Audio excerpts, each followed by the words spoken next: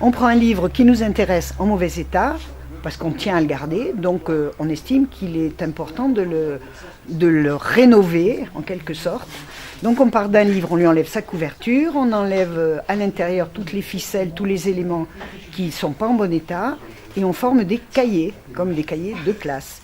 Et ces cahiers-là, quand ils sont propres, on les réunit ensemble, le mot reliure vient de là, pour qu'ils se tiennent ensemble, on les relie, avec une ficelle verticale, pour tenir les cahiers entre eux, et une horizontale qui les lie.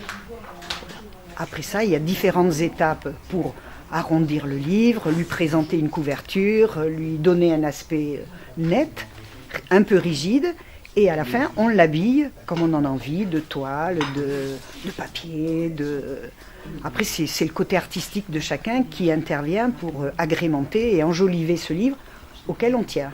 Et pour les enfants, comme c'est un peu plus difficile de leur indiquer un livre en mauvais état, ils font un livre blanc en général, c'est-à-dire qu'on prend des feuilles de couleur, blanches, noires, on les plie en deux, en quatre, selon le format de livre qu'ils veulent faire, et puis après on fait toutes les opérations de reliure pour créer un livre qui se tient, où ils mettront leur poésie, leurs pensées, leurs photos ou leurs chansons.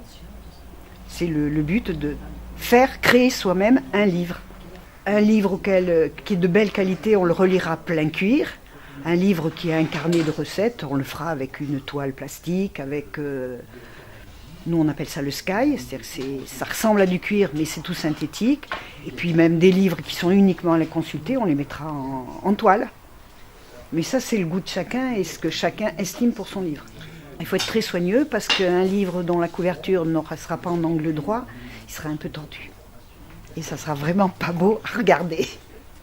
Non, là il faut tenir des angles droits, il faut coudre proprement pour que le tour du livre soit net.